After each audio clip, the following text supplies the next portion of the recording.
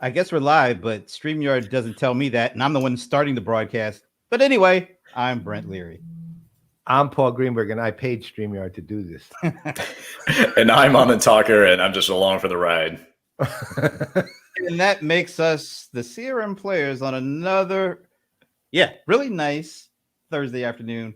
Well, at least it's nice in the ATL. I can't speak for what's going on in Battle of First Bull Run, but that's... No, here it's hot out. It's 85 today, was 90 yesterday. Tomorrow's 68, so I'm good. Oh, well, it's an official start to the show because Finn is here. Let's start the session like the Rams would say it. The standard is what Rams says that? Maybe that's hello in Inuit. Right. Maybe hello in Inuit. I just another language. Somebody's been studying up Rams history, maybe? Sven, more than me, apparently. This is getting interesting. Oh, you know who said that? Jeff Fisher. Oh. That's who said it. It was Jeff Fisher. By the way, Sven, just so you know that, if it was Jeff Fisher who said that, no one considers him ever having been part of the Rams, just so you know. I mean, as soon as you said the name, did you notice just reaction was like this? Like Paul was cast. That's like when somebody mentions blueberry bagels to you. Oh, no, I just shrug it off. Anyway, we are back. It's another Thursday. We got a really cool guest because I think Paul is the one who said that he probably hasn't done one of these things before. No. In fact, he usually deliberately takes a back seat to the people who are in his charge, who are in his care. So this is one of the, if not the first ever appearance, one of the rare ones for him. I like him already. All right. Of course, we're not going to tell you who it is until like it's time. Mm-hmm. And we do have a special CRM Play in Residence segment here, based on what happened at the happy hour yesterday. It kind of Paul throws out like a grenade at the end of the thing, and it was about to blow. And I thought, well, why don't we just let it simmer overnight and then explode on the show today? So, Anand Thakur, the Midas of Martech. Did I get it right this time? You did. You did. Right. Yeah. I usually say stuff like the miser. I know that doesn't sound I am right. looking for alternatives. So, Brent, I can always count on you for advice, ideas, alternatives, devil's advocate. Punch me in the face because I'm just being a total idiot. I can always count on a good friend to make sure that I'm on the right and best path. How do you keep saying such nice things to people all the time? You're amazing. You're like so amazing that way. I can't get over it. I've got my time. So anyway, yeah. So the company you keep, right? So it's just easy. I'm just looking at the Sven comment now. He is actually following Sean McVay's quotes. This is getting serious. All right. Sven, while you're at it, while this is going on, Sven, do us a favor and in the comments put the other 3 quotes so we know what they are since it said 4. Right. I'm really curious now that the standard is a brilliant quote that's driving a team. There it is. Brent, Alan is coming through. He knows the name. Yeah, he saved my day today. That's a story for another day. Wow, it's already like Alan saved your day. Then Christy comes on and you say that's a story for another day. It's like we'll just roll people. Hello and welcome to the Anand Thakur show. Right. Make some secret comments that we're sitting here. What the hell? Man? It was a lively conversation at happy hour yesterday, right? I mean, people were missing out. I mean, it was a big one. So, Paul, why don't you throw out the question that you had for Anand that started this whole thing? So here's the deal. I had a conversation. I've just kind of been looking into it with the former CEO of Tracker. Yesterday, he was introduced to me by Ray Gerber, and the guy we'll have on the show at some point because he's really good. And it was supposed to be an hour. It ended up being a 2-hour conversation. And we were talking about, he's like an expert, and he really is an expert in influencer marketing.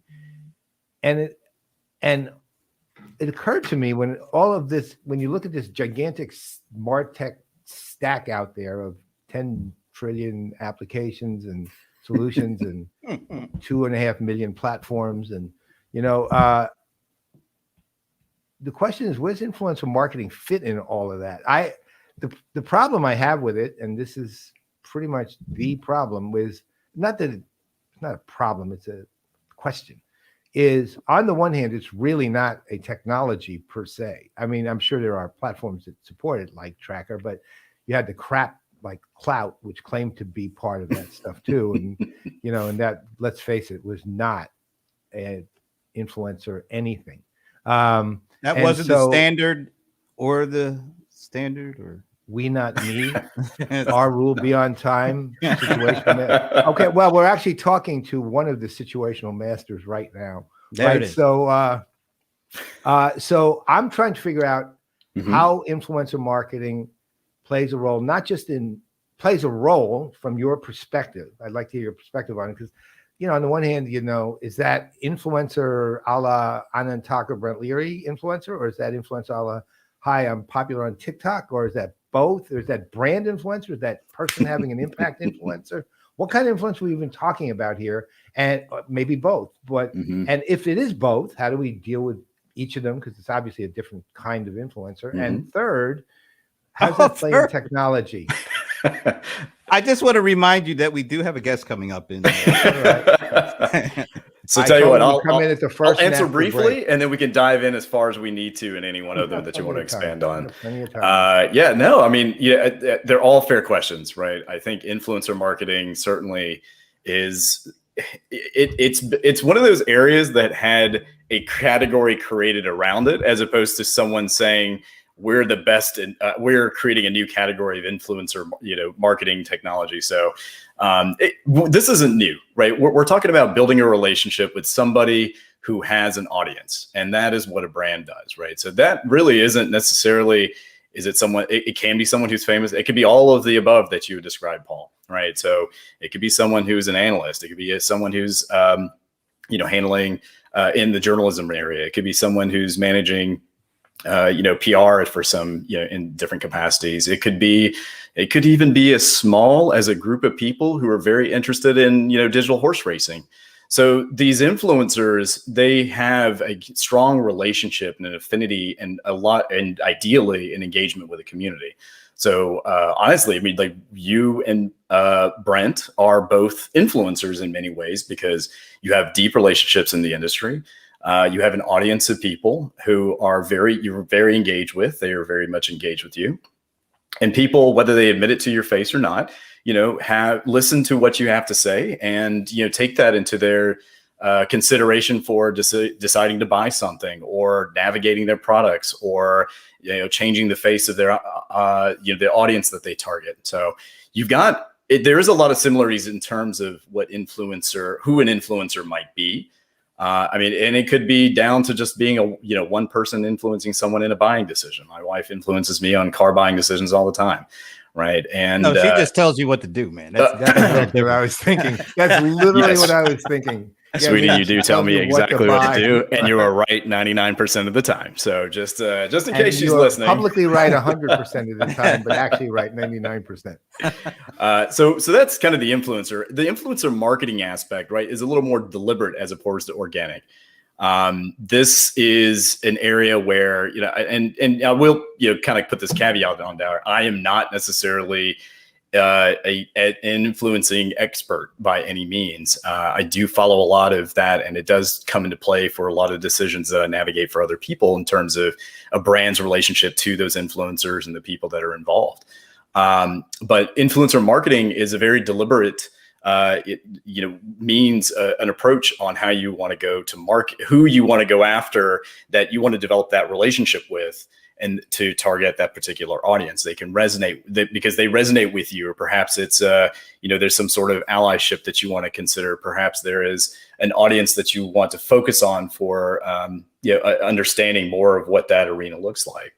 So so you've got, different goals in that capacity, right? You're either trying to create awareness in areas that, in arenas that you may not be as a brand or an organization involved in. Or you could, try to go deep and, create more sales or create more opportunities or conversions as a result of it. You have to look to see whether an influencer is a micro influencer, someone who is a very niche, group of people that they work with or they're involved with, or someone who's much more broad, as we all know, many of the, top names that are out there. So there's a lot of decision-making factors that come into play in terms of what those relationships are. But, and so coming to the third point, right, at a high level, Brent and Paul, is the technology still heavily revolves around, it's certainly come a long way from clout, right? Clout was an interesting experiment, as I would call it, in terms of trying to understand and decipher the quantifiable information that exists today in social media as to how it might reflect on each person or each individual account. So it's something that where the technology is playing, I think, in three buckets. It's giving you insights about, who are the influencers out there and how they're performing and how they might resonate with you in terms of brand. The productivity side of things. This is probably where a lot of influencing marketing technology platforms really try to differentiate themselves. How do they work with these influencers? And then, in terms of maybe mutually creating content together, how do you manage that content? How do you ensure that that content that you've put together or what they've done is measuring up to the goals that you've agreed on? And then there's the productivity side of things, or the collaboration side of things, which is more about how quickly can you get this to a variety of different influencers very effectively in terms of the content that you're trying to develop. But I liken it to a lot of affiliate marketing, partnership marketing, right? A lot of people who make a mistake in influencer marketing are always trying to, I guess what I would call it, like commoditized influencers. Like there's some sort of, gnome that you buy off a shelf and then you just kind of put it out there and, it's supposed to do its thing. A gnome. I love influencers are not gnomes, right? Like you don't just throw them out there on the lawn and hope that you'll be able to, I don't know. I got an email today. I'm not going to say who from. It was a company that is like a kind of like one of these online media kind of companies, and their pitch was, you should join our community. We have a community of 137,000 influencers. Like that's supposed to make me want to join or something. Like, oh, so I just want to be one of the masses, the multitudes. There's no difference between any of the 137,000. Just the numbers important. But a lot of people, right? I mean, it's just to take the flip side of that perspective, is a lot of people want to be influencers. I mean, my son loves Minecraft and he wants to be a YouTuber. And it was interesting. There was some sort of questionnaire that was done, and I forgot who it is, and I apologize to the person who really did enjoy putting that research together. Thanks, Alan. That's the best quote of anybody on the show so far. This research group had asked questions about to these kids, people who are under the age of 18. What do you want to be when you grow up? And there was this ridiculous, remarkable line: "I want to be a YouTuber." And then there was astronaut, teacher, race car driver. I mean, like these. That study is bigger than you think. I mean, in China, the number one was astronaut. In the US, it was TikTok influencer. Right. So, you got to start somewhere, right? I guess to some degree, but I don't know. Brent, I think you bring up a point, right? I mean, there is a lot to discern, a lot of noise, and brands have to be very careful how they're going to spend some money into it. One last thing on this. Just to let you know, our guest is in the green room, so we got to wrap things up. Sit tight, sir. I don't want to say who you are yet. For 2 minutes. So I just want to sort of go to the clout thing for a second, because it actually also points something else up, which is if you actually look at what clout did, and unfortunately, I think they were highly complicit in propagating this myth, meaning they knew that they didn't really measure influence. All they really did was measure the amount of time you were on social media. That's it. That's literally it. And if you literally, your clout score would drop if you left Twitter for a couple of weeks, right? which has nothing to do with influence whatsoever, right? It has to do with the amount of time you're on Twitter or whatever you're on, right? Mm-hmm. And mostly Twitter in their case.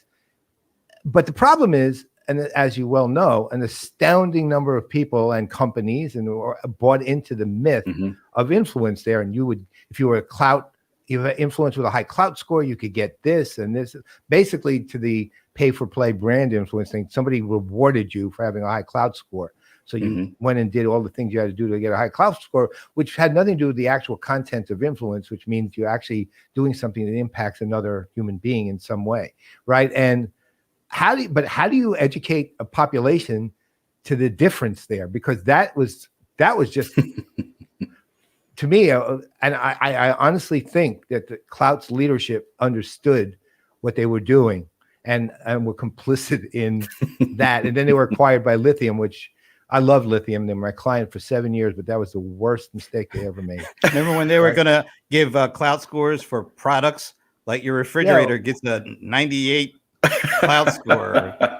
Well, it was just, I mean, please, that's all I can say. But how do you make that distinction before we get I think one thing that's rapidly happening, I mean, still, like, even with regards to technology, a lot of this is still very early on. I remember having a conversation that was that would precisely answer this question for you with an investor who brought me in, our investment firm. They were like, listen, on and tell us about this. We're thinking about getting into influencer marketing technology. I said, listen, the best thing that you can that the type of technologies to invest in would be somebody who could figure out who the fraudulent ones are, right? And it's really, I mean, I kind of boiled it down to one oversimplified sentence, but what it relates to is this education that is rapidly occurring, either because agencies are picking this up and saying, we're making this a part of our offering for you as a brand, or for people who are managing those influencers are recognizing very quickly who are the right people, how they should decipher those. But more importantly, it's what kind of goal do you want to have?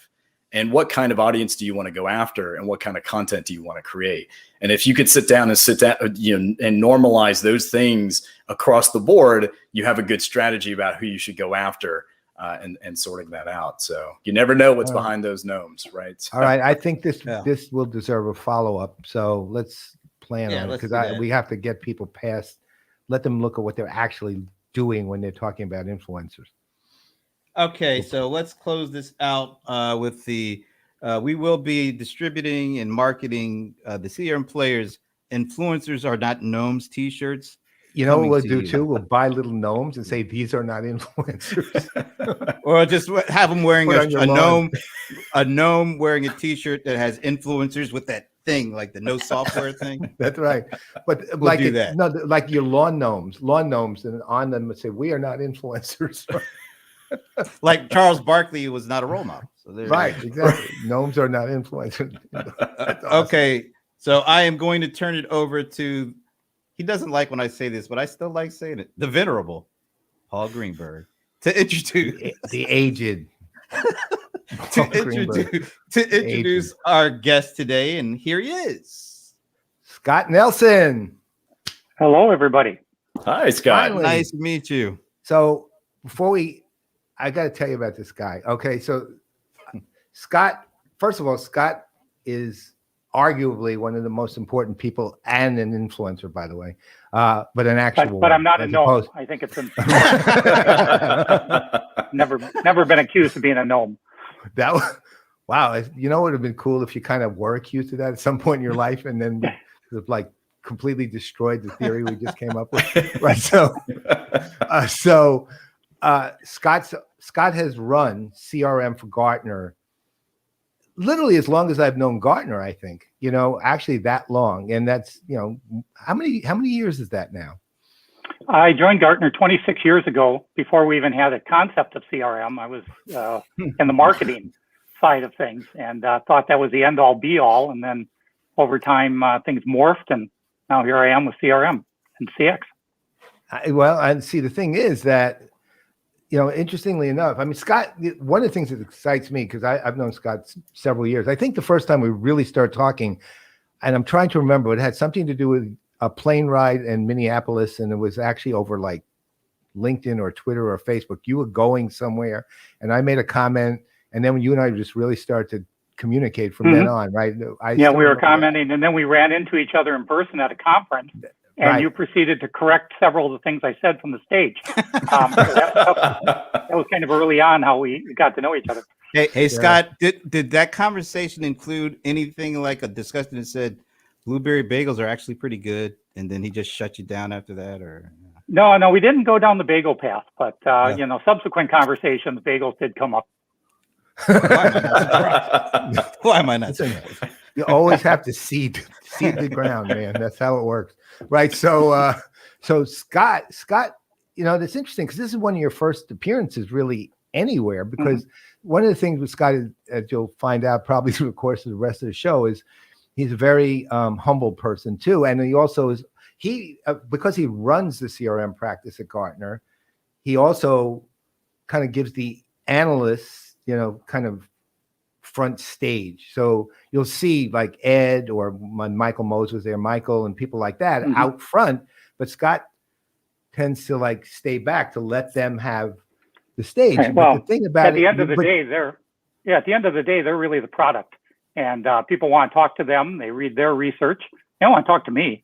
So I just try to help. You know what the funny thing is? When I met you, even though you were the head of CRM already, the way your mind worked, I thought you were an analyst just as much as anyone else, and you understood the market.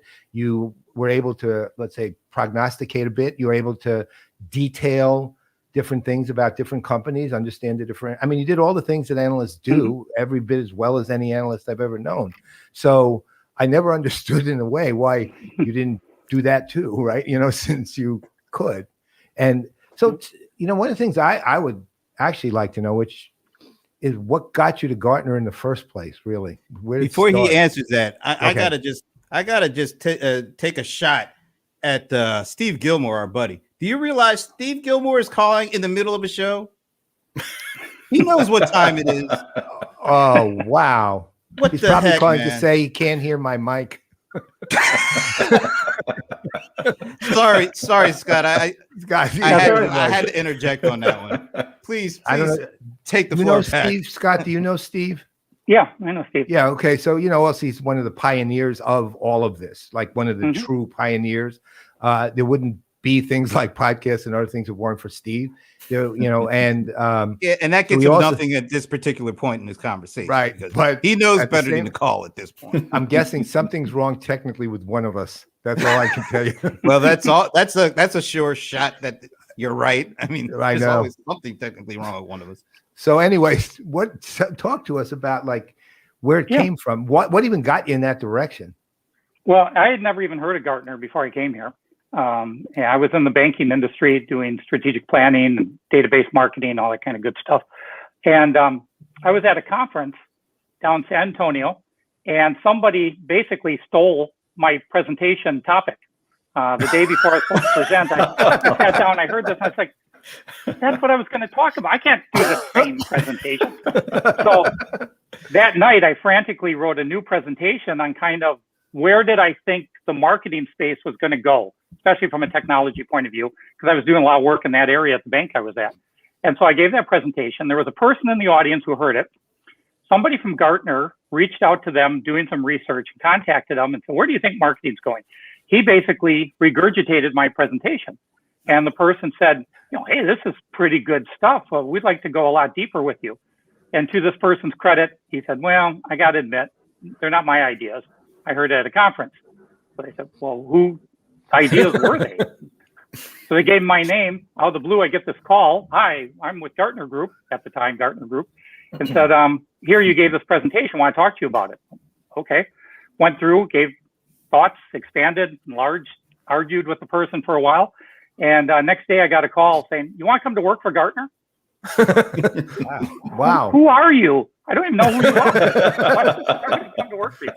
But what I discovered was that, and I tell this often when I'm recruiting new analysts to the company, Gartner is the kind of place where we would do what we do as a hobby. We just happened to get lucky and found someone who paid us for it. So it basically, I was doing Gartner type work already, not knowing that anybody would actually pay money for that. And so I came to Gartner and started working on it, and the rest is history. That is amazing.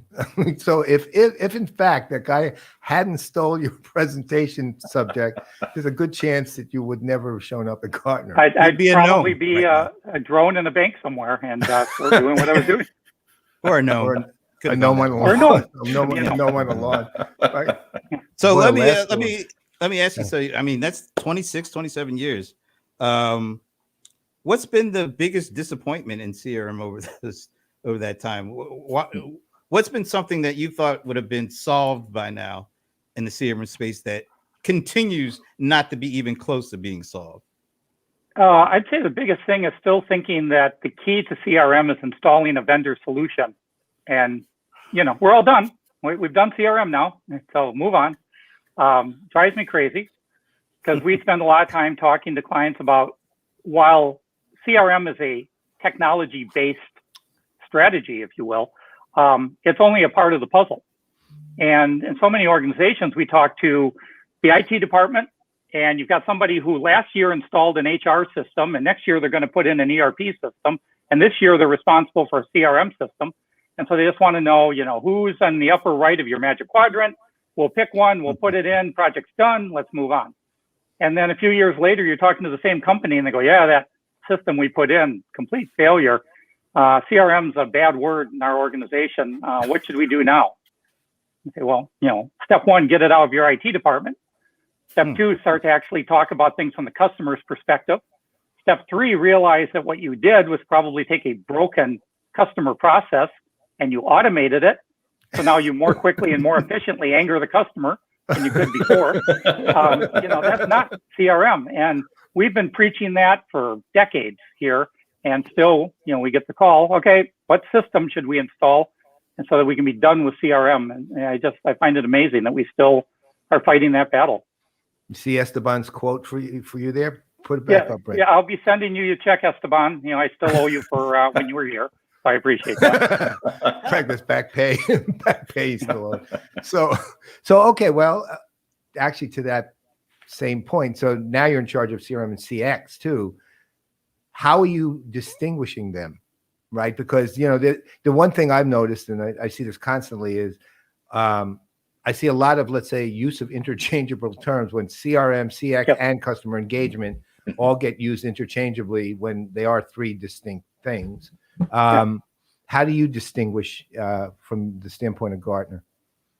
Well, we had early on defined CRM as a business strategy, and we tried to kind of elevate the discussion. Several years ago, we gave up. We just said, hey, this isn't going to happen. People still are hung up on what they think CRM is. Usually, that if they're in a B2B firm, they think it's sales automation. If they're in B2C, they think it's their call center or maybe a marketing solution. So we said, we'll still talk about CRM, but we got to have a concept higher that incorporates the business side of things and the strategic aspect of it. And so that's when we really started talking more about CX and customer experience. To a degree, we use them a bit interchangeably, even though they are two different things. But for our client's point of view, we try to elevate the discussion. So when they call in and say, well, we want to talk about CRM, we'll say, okay, let's back up. Let's talk about customer experience. Let's talk about the bigger picture and where CRM is going to fit into that. But for a lot of clients, there's still, it still gets down to, so we install the software and we've done CRM, right? And we can move on. Great. It's astonishing that that's been the same problem for like 25 years of CRM. That literally, the idea that the technology solves the problem. I remember my earliest advice to customers was, you install the technology last. That's how it works, not first, last. This is true story. Many years ago, I had this company. It was a mid-sized consulting company that had a fairly large client. And they said, listen, we got a problem. We got to figure out what to do. I said, what's that? He said, one of their clients had called them and said, listen, we've just bought, and this is the actual number. Okay. We've just bought $4 million of PeopleSoft CRM technology. What should we do with it? That was actually what they said. What should we do with it? And I said, well, to the company, the consulting company, I told them, what you should do with it? Run away from that company because you're going to be blamed for whatever happens because it's going to fail. It's just going to fail. Right. We've gotten a version of that call where it's the business user saying IT has informed us that they've just bought X vendor CRM solution. So what do I do? Like, oh Yeah, my gosh. Yeah. My gosh. I know. It's scary given that the amount of extant literature out there is massive, right? In terms of what to actually do. And, you guys have been driving that for a long time. And, there's probably, if you look, you could probably literally put the search in quotes and get 22 million articles on the actual way you should do something, right? And it gets ignored anyway.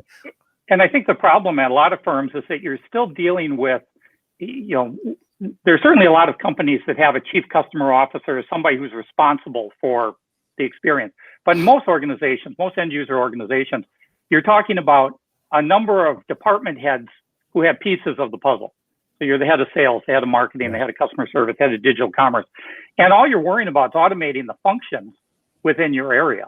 You don't much care about these other groups. You don't care about sharing data. You don't care about the process flow. And so especially when you start to talk about kind of, headless or channelless, headless CRM that clients can, a customer can access no matter how they want within the organization. If I'm the head of the call center, I don't care about any of that. I just care about getting people off the phone, helping my abandonment rates, things of that sort. So you end up with very suboptimal solutions and often way overspending within the organization and having very little to show for it, except maybe some functions that are a little more efficient than they were before. And that's not what we're trying to do here. So, hey, let me just interject one other thing. Yeah. Steve Gilmore just sent me a text message. Come on, dude. Take the hit, man. Well, I told him, look, we're in the middle of the show. And he said, oops. All right. So, the good news is we're not having a technical problem. No technical problem. At least that's good news. It's good. See, silver lining, fantastic. Right, thank God. Yeah, I'm glad he's not saying something like I see Scott's lips moving, but I'm not hearing it. I'm telling you, man. If Steve is picking it up, like I'll put it. Someday we'll just devote a show to things how Steve gets into your head really easily, right? He's good at it. So where do you see this going? I mean, look, for me, if I'm looking at our universe, to me, CRM's become very much operational technology, whether I wanted it to be that or not, right? I mean, it's not like with you and me too, back in the earlier days. I remember we would always argue for it to be, as you put it, a business strategy, or even in my case, I wanted it to be a philosophy too, right? An outlook, right? That people could, but it didn't happen that way. And I mean, basically when somebody nowadays you hear thinking, and it sort of drives me crazy, just as an English major, I think too, that when people say, yeah, we just put in our CRM, right? And our CRM what? Right. So CRM stands for customer relationship management, right? Right. CRM what? You mean like a system, right? Or an implant, a chip? I don't know. What do you do? The CRM gnome. They finally figured out how to bring it in there. Wow, Anand, you've come up with something that's now eternal. It's part of the lore, right? So, so CRM's become very operational. We see CX, but and you guys may differ with me on this. I don't know, but I don't see there's such an actual. If I'm looking at the overall CX, not the CX of say Joe Pine or James Gilmore, which to me are created experiences, which are different. But if I'm looking at overall customer experience, to me, that's an emotional response. And there's no technology that enables that. It can't. So when I see CX platforms, CX solutions, I basically say, well, call it what you want, but that's not what it is. And for me, that's actually really talking more about engagement, right? And interactivity and communication, and then behaviors associated with that and analytics associated with that and so forth. But one way or the other, regardless of how you actually define it, the world, the universe we're in at least, is tending to move to, let's call it, more right-brained thinking than in the past when it comes to how customers are going to behave. How do we anticipate the behavior? Why does somebody like a Thunderhead or someone else put out a journey orchestration technology? Because what are they trying to do? You look at all of these things and you realize that the gold is in understanding, to the point we've always made, knowing your customer well enough to be able to anticipate their behavior and needs to provide them with what makes them feel valued. Okay. So how do you, from the standpoint of yourself, not necessarily Gartner either, but yourself, how do you see that going? Where do you see it going? How is it going to manifest? I mean, what's the story? Well, it's kind of interesting. I'm a big fan of science fiction. And one of the things you see in a lot of the golden age of science fiction stuff was that by the 21st century, we were supposed to be on Mars and have flying cars, and, Star Wars was a documentary, not a fictional movie. And, none of that occurred. But there are a lot of things happening that you could point to and go, well, it's like science fiction now that we never thought would be the case. It just took a whole lot longer than we gave it credit for. I think customer experience is going through a similar phenomenon. It's getting there. It's just taking a whole lot longer than we thought, and it's a slower process. As we talk to CEOs at a number of organizations, the idea of the customer experience is starting to register now. They're starting to talk about it. Part of it is that, we put out a thing years ago now. I remember an offsite where we developed it that looked at the different ways organizations use CRM technologies. And two of the main ones was you can use it for revenue enhancement or you can use it for cost reduction. Well, everybody went to cost reduction. And that was the easy one to sell. We put the system in, it's going to cost this much money. We'll save this much money. It's a good investment. CEOs now are starting to hear the gospel of revenue enhancement, which to make that happen, you've got to have this philosophical approach you talked about of understanding what your customer is looking for and facilitating the customer journey. So, customer journey maps that were all the rage a while ago and turned into wall art in most organizations are actually starting to come down, and people are looking at them going, this actually is kind of interesting. What could we do with that? The key we have found that we needed to do to start to get organizations on that, thinking that way, was to help them realize that where they're at right now is exactly where we thought they would be. And we do that by laying out a generational model that we explain kind of, this is what you did in the first generation. You put in a system, it didn't work. Everybody who got fired from that first generation got replaced. And then the second generation came around and they tried to build on what was done. It still didn't work very well. But the third generation, the business users start to get involved and they start to talk about the customer experience. They start to talk about organizational collaboration issues. They start to talk about process design. They start to point out how really bad your data is within the organization. And when you start to talk about that, you get the light bulb goes on with a lot of these chief executives going, well, that's exactly where we've been at. How did you know? Have you talked to somebody here? Don't have to. I know this progression. I've seen it 1,000 times. And I can tell you what your fourth generation is going to look like. And I can tell you what your fifth generation will eventually, what you'll aspire to. So once organizations realize that they're not unique, that they're following the exact same path to Oregon that all the settlers before them have followed, they start to want to talk about it and start to expand their thinking. So I think that's where we're at right now in the industry. The problem is for a lot of people like ourselves, the influencer discussion, we kind of get caught in the reality distortion field, to pay homage back to Steve Jobs, where we start to think everybody gets this. They all understand it, and just why aren't they doing it? But the reality is, in a lot of organizations, they don't just get it yet. They haven't had somebody lay it out in a way that they can readily understand and digest. And that's a lot of what we try to do.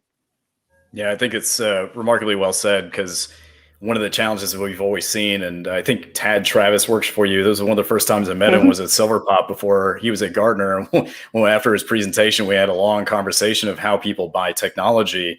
And it's rarely to revisit themselves in terms of an organization. How do they interact with customers? But aspirationally picking a particular specific part of a technology that they want to improve within their organization, buy the entire platform, and then they're kind of left with a question of, what do I do with the rest of it, right? That's why, Paul, you get the email of, hey, I bought a CRM, now what do we do, right? So it comes to this, but the reality is you really do have to have a look in the mirror before you decide you want to move forward again. And it might be a bigger change than you might recognize. However, just like moving to a new, healthier diet, it does take time, but then the results become very cumulative as well. Scott, do you see like the critical mass of companies and organizations and leaders who are successful at making customer experience, a core tenet at a very strategic level, top down, now sharing their stories become part of that momentum, whereas it was a little more, specific and very small in terms of numbers of those conversations or shared use cases that were out there or case studies? We certainly see more companies being successful in this area than we did even just a few years ago. The problem we find is that when we try to do, case studies or highlight what a lot of these companies are up to, they view that they have a competitive advantage because they know their rivals don't get it as well as they do. So they don't really want to pave the way for them. So they often want to keep it kind of close to the vest. But we do see more that are talking about it. And part of that, I think, has been sort of the interplay between representatives from one company that go to another company, and they bring what they've learned and they help the other company figure it out. And that interplay of good practitioners in the space, I think, is starting to make a difference in a lot of organizations. Also, I imagine people hiring and moving and shuffling from successful organizations to ones who recognize the talent within them are also transferring their knowledge into those organizations and starting to pick up steam. So, exactly. Hey, I can't get a case study, but I can definitely get the person who did it, right? Right. And we do get a number of organizations that will talk to us off the record so that we kind of get an idea of what's going on. But I wish often that we could really highlight them. We were just talking today about a major household name that's doing some really interesting stuff, and their CIO has told us point blank, no, you can't talk about it. You can't allude in any way to what we're doing. It's like, but it would help so much. But no, they feel they have a competitive edge. Yeah, which they ultimately really don't. But that's the thing. None of these are a competitive edge. It's the long-term application of them will provide them with benefit. Right. It's a different story. Right. And so my favorite misunderstanding of that is when they say, well, we can't go with that vendor solution because we know of several of our rivals use it, so we wouldn't be any better off than they are, right? That's not going to make you successful. It's what do you do with the tool? But that's what they think. Which You're tool? absolutely right. Yeah. That's exactly what they think and what's in their mind. It's the technology, but it's actually only magnifying what you're doing, not, transforming who you are as an organization and how you're interacting with your customers. What is right? I like to tell clients all the time that it's like a journey. You might all have a car, but you're going to go to different places. It's not about having the car. It's where do you take it? How are you going to use it? So. I mean, technology's dumb, for God's sake. It's dumb. Yeah, it's meant to be dumb. For now. Yeah. Right. It's always going to be ultimately dumb, meaning like even AI is dumb, right? I mean, AI, well, think of it this way. I actually, what was the guy whose name I always forget? He used to be the chief scientist at Salesforce. It was MetaMind CEO. Richard Schocher. Richard Schocher, right? Schocher. So he made a comment at Dreamforce once, which I loved. He said, AI doesn't want anything. That was exactly what he said. He said, AI doesn't want anything. That's like, you realize how that's like another mic drop, right? I mean, it's like another mic drop level. Not as good as no. Nothing will be. No, this is a whole new story. That's literally a slogan that will generate an entire company around it. I guarantee it. Several companies. But that AI doesn't want anything is exactly right. Look, it's not like AI knows to go to that direction. They just know when they're told and get there, they should do things to teach themselves on how to do the best at it. But they're not the ones determining where they're going. They're simply determining what to do when they get there, right? That's what they're good at is what do we do when we get there, right? But that's the distinction. But that still means they're dumb. Right. And AI is my pet peeve right now. We just recently did a survey where 56% of the CEOs we talked to indicated that they were going to be pursuing some aspect of AI in their customer strategies in the coming years. So ask them, first of all, what are you going to do with it? And you get a blank stare because they're like, well, it's going to like magically tell us what to do, right? No, it's not. And second, you say, why did you decide to do this? And they say, well, we're doing it because the vendor we work with said it now has AI capabilities. So that's why you're doing AI. You have no idea. Because the vendor said so. Yeah. Well, it's a new feature. So. Right, a new feature. Oh gosh. Well, let me ask you this. Can we maybe talk a little bit about what the potential permanent impacts on kind of CRM customer engagement the pandemic has had? Will it be some dramatically different expectations foisted upon customer engagement?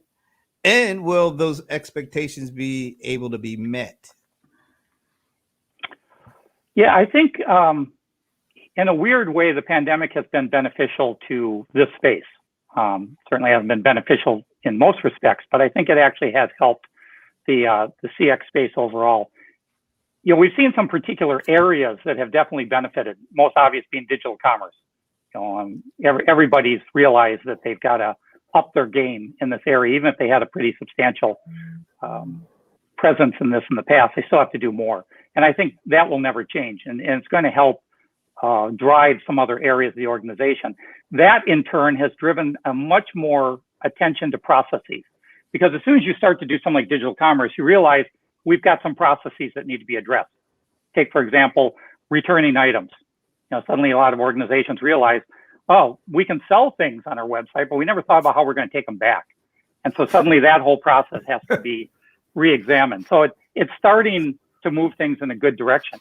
The other thing that I've seen that it really has changed remarkably, I think, in a lot of organizations, is that early discussion I was having about CRM is all about cost reduction, to a lot more organizations saying, hey, there's money to be made in the CRM space. And to do that, we have to spend a lot more time talking to our customers, figuring out what it is they're looking for. We have to spend a lot more time talking to our employees. One of the things that's always driven me crazy is that organizations spend so little time on internal organizational issues and the user interface that the employees are using and the process that they have to go through. They might do a good job of making it easy for the customer, but they don't do a very good job making it easy for the employee. But that's all being looked at now quite a bit more. So I think it has kind of opened the door to a lot of organizations to expand their thinking.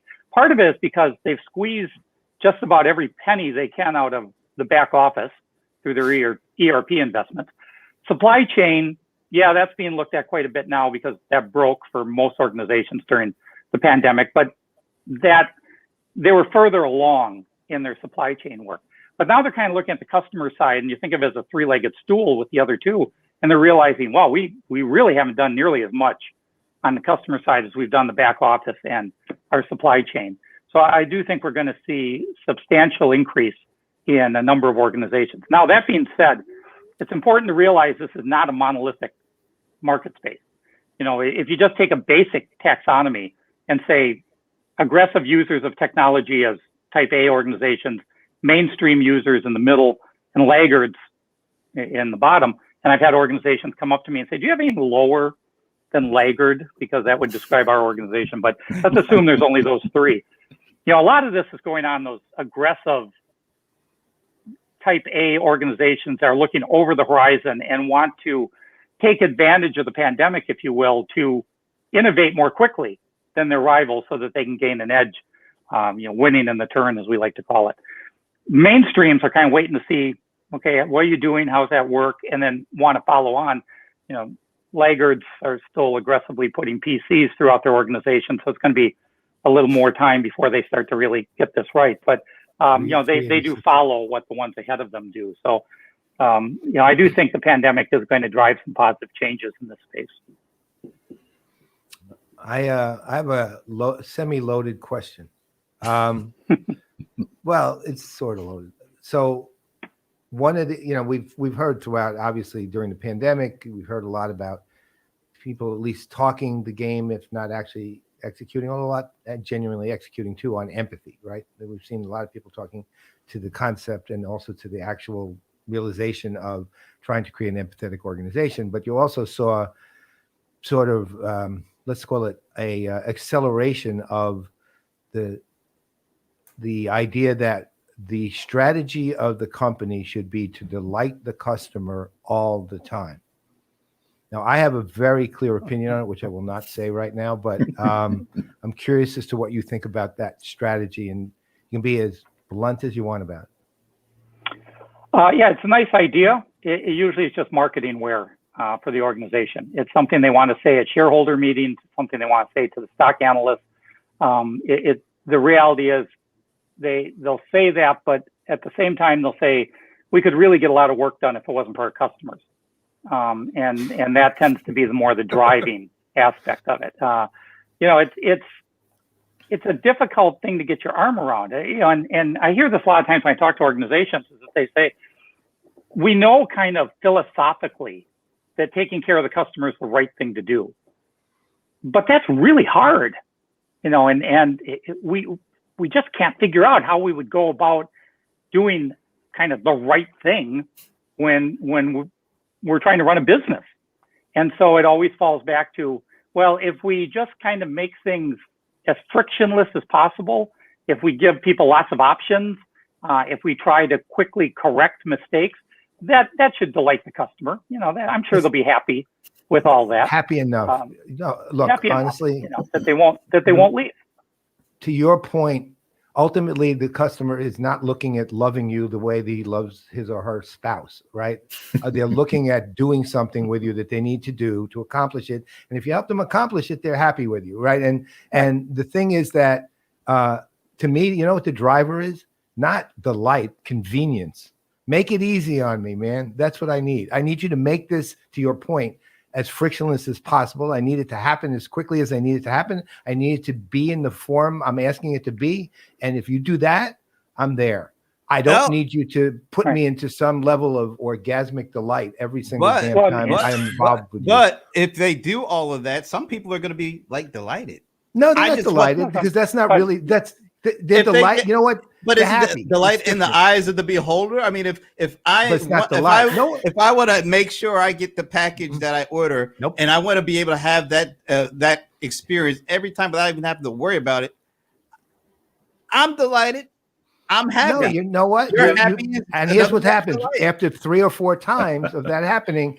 It just happens, and you don't. But if it doesn't happen on the fifth time, guess what? I'm not. That's what I'm saying. I'm kind of let down. That's not delight. And that's why it's for me. For no one. No, that means unless your expectation is exceptionally you cannot tell me what it's not delight again. For me. I'm delighted by that's bagels. Something you're happy with what happened. Very but that means your expectations for a result are insanely low for a company. Right? Expecting what they're supposed to do as delightful. Right, but it's my definition in real time. But it's not. But there is an actual definition to the word. There is an actual definition. If it's not my definition, and part of it is unexpected. Unexpected and not expected again is part of the. And I think Scott had something that he was. Yeah. Yeah, the problem that I think organizations miss is, to this point of trying to form this delighted customer, is that unlike a real world relationship, if something goes wrong, you fight, you argue, you work it out, you make up because the relationship's important to you. When it comes to the CRM space, your CRM is only as good as your last interaction and only as good as your weakest channel. Yep. So you can be doing all this stuff to make things great, but if you drop the ball once, all that goodwill is gone. If you've got this channel over here really functioning well, but this channel not so good, I love your website, but I call your call center and I'm on hold for 2 hours. All that goodwill goes right out the window. And so I think that's what organizations need to think about more, is that, it is the whole relationship with the customer. And if you're going to make a commitment to try to really improve that, you have to improve all aspects of it, not just one department over here, one channel over here, one process over here. And that's where a lot of organizations get caught. Well, what? Actually, to your direct point, Frank Eliason, when he did his Comcast Twitter thing, and he set up to respond within 1 hour as a response time for Twitter, and that was literally that happened. That was revolutionary. I mean, nobody had even thought about it. Frank was like one of the Hall of Fame pioneers in this space, right, in customer service. But the problem Comcast had is that their customers then said, well, you do it in an hour on Twitter. Why can't you do it in an hour on email? Why can't you do it in an hour on a phone? Why can't you do it in an hour on this? And it their customers expected the best possible result every place, right? And they could not deliver that, and because they weren't geared to that. But Frank, changed literally the service industry because of what he did. Right. Well, and the other thing that puts, it kind of brings to mind too, is that, it used to be, back when I was an end user, I was in banking, so we only worried about what other banks did, and bank on the corner, bank across the street. We only had to be as good as they were. But now in this age, in the age of CRM, you've really got the fact that you're competing with everybody in every space. So if Comcast suddenly can do 1 hour Twitter response, everybody has to do 1 hour Twitter response. If Amazon is able to give me highly effective recommendations when I'm on their site, my company has to give highly effective, because the client knows it's possible. I've seen it over here. So why aren't you doing it? And so the expectations have gone much, much higher. But a lot of organizations still are like, well, we're as good as our peer rivals that we look at. And that's not who you should be comparing yourself to. Right. There is a lot of like follow fast. Like as long as I'm the behind the whoever the innovator is or the leader in that capacity, we're good. It's surprising how many people are taking that strategy, and it's not that it's a wrong strategy or a bad strategy, because there are investments to be made and there are people to answer to and whatnot. So, yeah, Scott, I think you hit the nail on the head with the fact that the expectations change. So what was once a delight, as Brent would say, is now expected now. And now if you try to, and you break that, you lose what was expected or what was once a delightful experience. And, the biggest case that everybody knows about is the 2-day shipping, right? It's the Prime just broke everybody's mold of what the delightful experience once was, is now expected by everyone that's delivering. Although now. I find that now 2 days seems really long. Yeah, that's right. Why can't you get that to me now? I need it this afternoon. I know there's a distribution center right down the road from me. Bring it over here. It's funny because Best Buy, took this. They were trying to take some lemons and make lemonade out of their changing things over by saying, okay, well, you know what? Psychologically, everybody's going to want that instant gratification. So if we can give it to them in the store, then people will be able to come back to us. No, actually, to your point, Best Buy's gone further than that. Yeah. Actually. Oh, yeah. I've actually had deliveries from Best Buy the day I ordered them. Right? I mean, literally the same day. I order them at let's say 11 o'clock in the morning, and I get them by 7 o'clock at night. And they're taking advantage of that last mile with the distribution. Yeah. Right. The next step is teleportation. I need a little box back here that will just appear when I need things. Or you'll have an AI that puts it there, and you're like, "Ooh, you know what? I didn't realize it, but I actually needed that." Like the promise of Internet of Things. Internet of Things. Here's a circuit board for your refrigerator because this afternoon it's going to go bad. God, I think it sounds like something to write up for another documentary or movie. Yeah, that's right. Well, all I can say is, Scott, it's been a pleasure, and I've been very delighted having you on the show today. And I know it's very exceptional and unexpected, but he's here, and he's not thanks for having me. I appreciate. We want to have you back. Yeah, I definitely will have to do this again. And maybe by then I'll have my own little gnome I can set here. Well, definitely looking forward to that. All right. So let's see. Wow, we're at 3:59. Do we got to ask one last question? And this may hinge on the delight scale of where this goes. But do you have a favorite a professional football team? Me personally? Mm-hmm. Yeah, I'm a Minnesota Vikings fan since Joe Kapp in 1969. Wow. I've been with them through thick and mostly thin.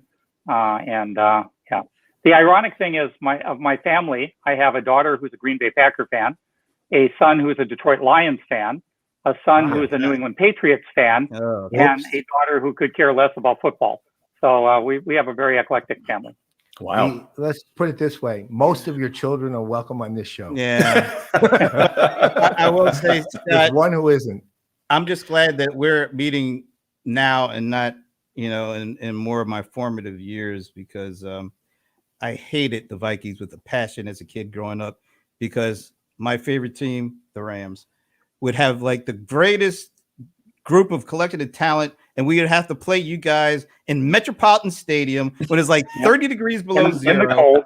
Bud Grant is walking around with no jacket on, with like short sleeve shirts, and we're always on the side of the stadium where there was this big shadow, so you couldn't even get a little sunlight, and we would end up losing. And I also am not over the Mud Bowl that one hurt too. Yeah. Well, and I got to tell you, I learned at that early age, basically, I didn't realize it then, but I had the basic trait to be an analyst. I grew up in Wisconsin. So, of course, during the Bart Starr years, Vince Lombardi years, everything. Yeah. So, of course, everybody was a Green Bay Packer fan. Every kid at school wore Bart Starr shirts to school. And so I got interested in football, and I couldn't be like everybody else. I had to be contrary. So I couldn't be a Packer fan. So I looked around, and there was basically two teams that were possibilities. There were the Chicago Bears, but I had my standards, so that wasn't going to work. and there was the Minnesota Vikings. And I thought, you know, Nelson, I'm Norwegian, got cool horns. That's the team for me. So even back then, I was being contrary and couldn't go with the flow of everybody around me. All I can say is I hate Fran Tarkenton to this day. I was too young for Joe Cap, so he's okay with me. Chuck Foreman, can't stand that guy. And most of those dudes, the purple people eaters, I don't like any of them, okay? I don't even like, you guys had some of the worst or the weirdest names, like Mick Tinglehoff and Jerry Muckhamsturm. And I mean, it was like just torture as a little kid learning the Rams to win. I've been needing to just cleanse for a while, so thank you. Yeah, I hope never had a you got Vikings fan on. We've never had anyone who's rooting for the Vikings. I'll tell you like this: when Jack Tatum hit Sammy White and made his helmet flow off in that Super Bowl, I kind of got a middle of amusement from that. All I can say. But well, I'm seriously, a Giants fan, so. And then we never really asked you, and if you say the wrong thing at this point, the play in residency might be oh no, might be down to 2 from 3. Your camera will just disappear. That's right. I can't hear you. I think there's a bad connection. I think there's a bad connection. You know, I mean, I grew up in Atlanta for a long time, and thick through thin, we were, we would root for the Falcons as much as we could, but I wasn't really a huge fan. Pardon me? Do they still have a pro team down there? Oh, they still do. Oh. They still do. Doing pretty well. Doing pretty well. He's going Atlanta's low showing up, actually, all over the place. I'm taking the high road here. He's taking the high road. Wow. Well, what a spectacular end to a very delightful conversation we just had with the CRM gnome, Scott Nelson. This has been great. We definitely have to come back and make sure you come back to this show, because there's going to be a lot of people now that have seen you are going to be like, can you come over and talk to us? Tell them now. This is just like, just for tell them this is your residence. You're showing showing residence. If you want to put me on a retainer, we can talk. We will double what we gave you today. You are responsible for the P&L. All right. Well, on behalf of Scott Nelson, I am Brent Leary. I'm Paul Greenberg. And I'm Anand Thakur. We are the CRM Players, and you know how we end. You would think I know how we end, but I have to do this before we can end. Now we can end.